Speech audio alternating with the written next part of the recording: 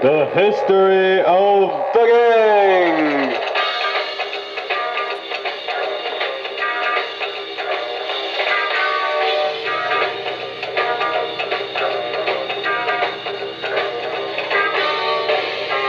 But who are they? The three founding members of the gang met in 5th grade. That's when Mike joined Terry and Bill at Southeast. They didn't hang out much together though, even though they were on the basketball team together. And they all sucked. The gang soon moved on to Central, where they met future members of the gang, like Eric and Bailey. But it wasn't until the 7th grade trip to Springfield. That's when Terry and Mike sat on the back of the bus together and had the first pointless conversation. They were arguing over whose watch was faster. It soon turned into an argument over whose watch was crisper, and then who had the bigger version of the Crispo-matic. Somewhere along the way, they invented the number Google. I put a 5 billion, girl, 5 billion. I put a number out of 5 Google. So who would win this most pointless of arguments? Terry thought it would be him. Yeah, like it, I'll Google you. But in the end, it was Mike who got the final word. In this, the first pointless conversation. And then it was the ultimate machine. It's everything combined into one machine. And you just die. Nothing happens to you. You just go into nothing. I'm lost. You're not. You're dead. I'm the ultimate. The gang next moved on into 8th grade, where they met many of the teachers that would influence their humor, like Mr. Forberg, the Senyota, Mr. Lynch. Like, Mr. Gan. Once the three founding members of the gang had assembled, it didn't take long for them to fill out a full roster.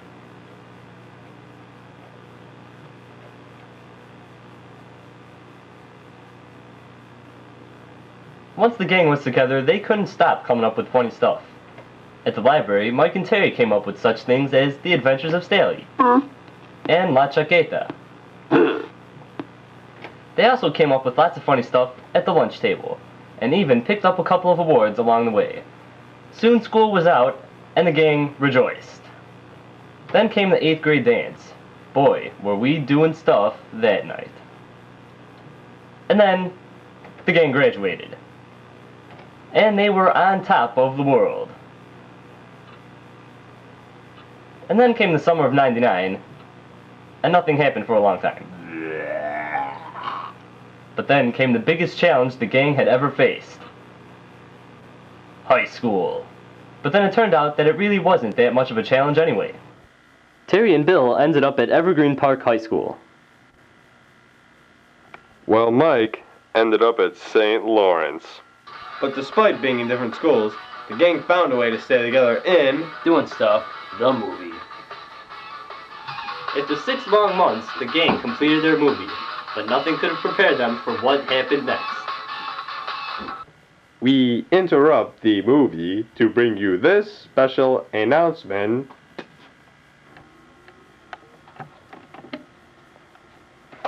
$20. Should I buy this? What would my conscience say?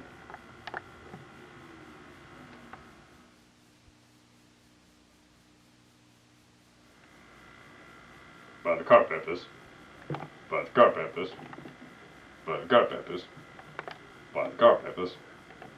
By the Carpenters.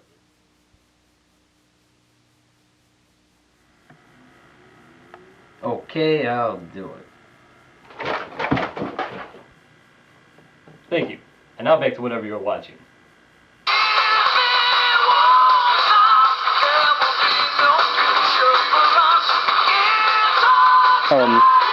Soon the gang had completed their movie, but what they couldn't foresee was that Paramount Pictures would take an interest in it. Say, this is the finest film I've ever seen, but what it really needs is more pathos.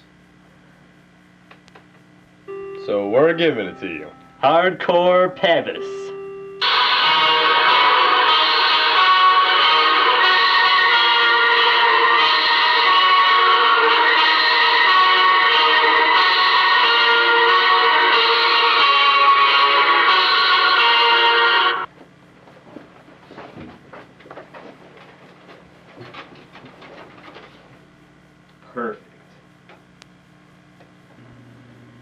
Paramount started production on the movie immediately, and were soon finished with their version. But of course, they had to make a couple changes from the original, like this scene where Terry builds up the rage.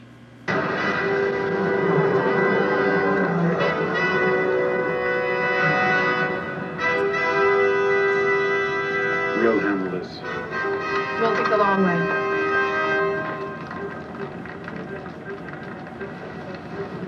They also used some of their high-tech equipment to spruce up the special effects in the movie, like the Lachaketa battle scene.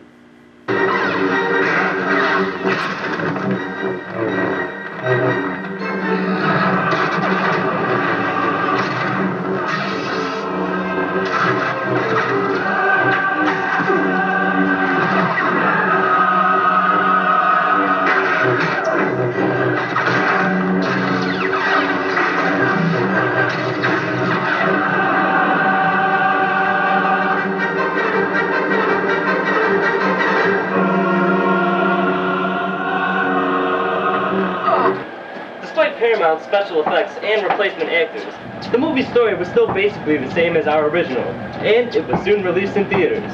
It was a smash hit at the box office, and it made the gang filthy rich!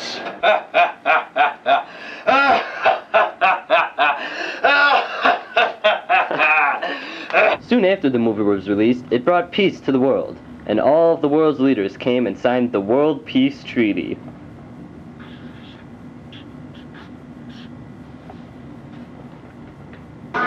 And in return for making the movie that saved the universe, the gang was throwing a big parade.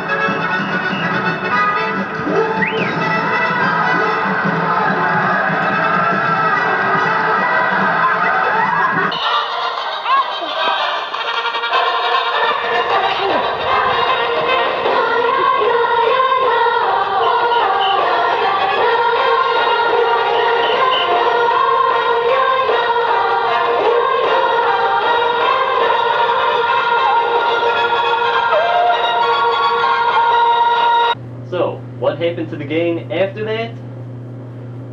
Mike went on to create the comic book about the adventures of the gang. Terry moved from his house on a rock to a house on a slightly bigger rock.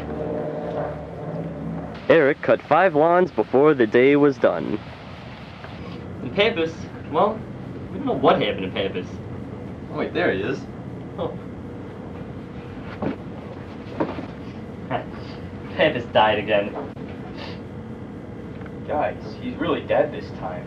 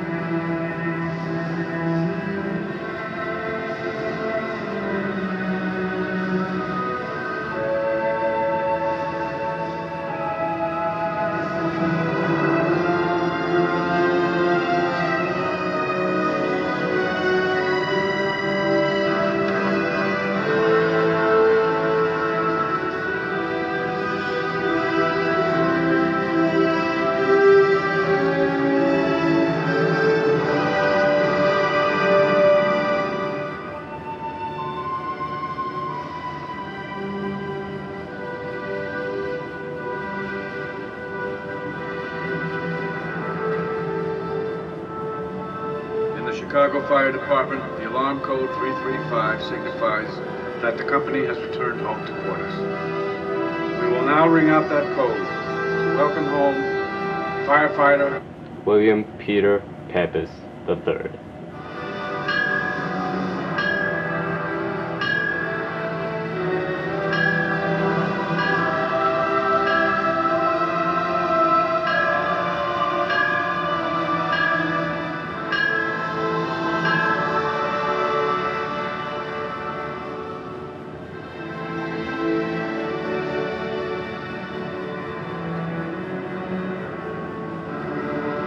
Honor Guard, and salute!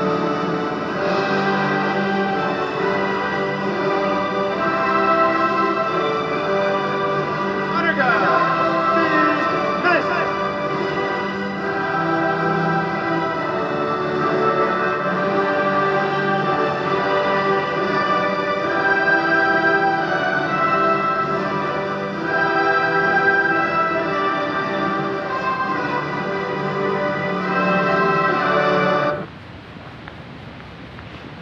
Pappas.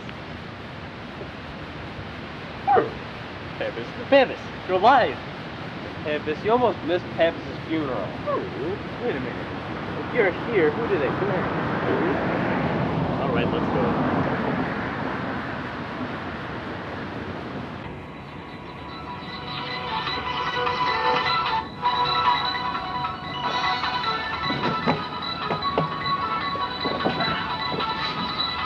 Well, that's the end of the movie. We hope you enjoy watching it as much as we did making it. Until next time. I'm Mike. I'm Terry. I'm Pat. I'm here. And we bid you adieu.